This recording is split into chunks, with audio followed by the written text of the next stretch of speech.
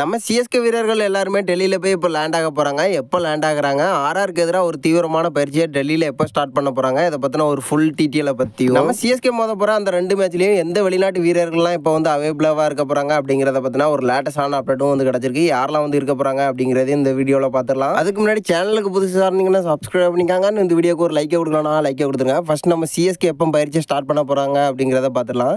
கிட்டத்தட்ட நம்ம சிஎஸ்கேவில் இருக்கக்கூடிய எல்லா வீரர்களுமே இந்த மாதம் 17ஆம் தேதி டெல்லியில் போய் ஜாயின் ஆக போகிறாங்க அப்படின்னு ஒரு லேட்டஸ்டான அப்டேட் வந்து கிடச்சிருக்கு.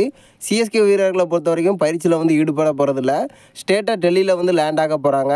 ஆர்ஆருக்கு எதிராக எப்போ பயிற்சியை ஸ்டார்ட் பண்ண போகிறாங்க அப்படின்னு கேட்டிங்கன்னா 17ஆம் தேதி ஈவினிங்லேருந்து ஒரு தீவிரமான பயிற்சியை ஆர்ஆருக்கு எதிராக வந்து ஸ்டார்ட் பண்ண போகிறாங்களாம்.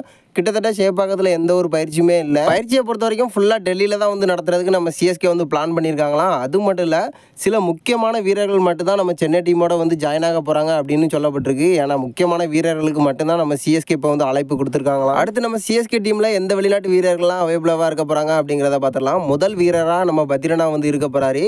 இப்போதைக்கு நம்ம சென்னை டீமோட தான் வந்து பார்த்திங்கன்னா ஜாயின் ஆகி இருக்காரு அப்படின்னு ரீசெண்டாக வந்து சொல்லப்பட்டிருக்கு. ஸோ இப்போதைக்கு முதல் வீரராக நம்ம பத்ரினா வந்து கன்ஃபார்மாக சிஎஸ்கே டீமுக்காக வந்து விளாண்டு கொடுக்க போகிறாரு.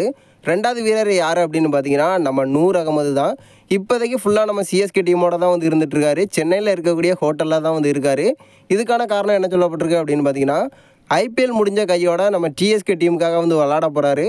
அதுக்கான விசா ப்ராசஸில் இறங்கியிருக்காரு அப்படின்னு ரீசெண்டாக வந்து சொல்லப்பட்டிருக்கு. ஸோ இப்போதைக்கு இவங்க 2 பேரும் நம்ம சிஎஸ்கே டீமோட தான் வந்து ஜாயின் ஆகி இருக்காங்க. நம்ம சென்னையில் தான் வந்து இருந்துகிட்ருக்காங்க.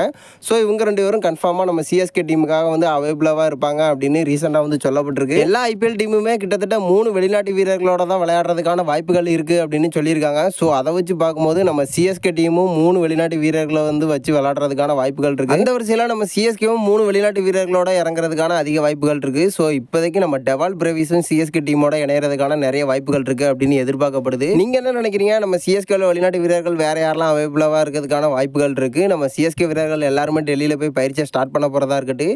இதை பற்றின கருத்தை மறக்காமல் நம்மளோட கமெண்ட் பாக்ஸில் தெரிவிச்சிருங்க.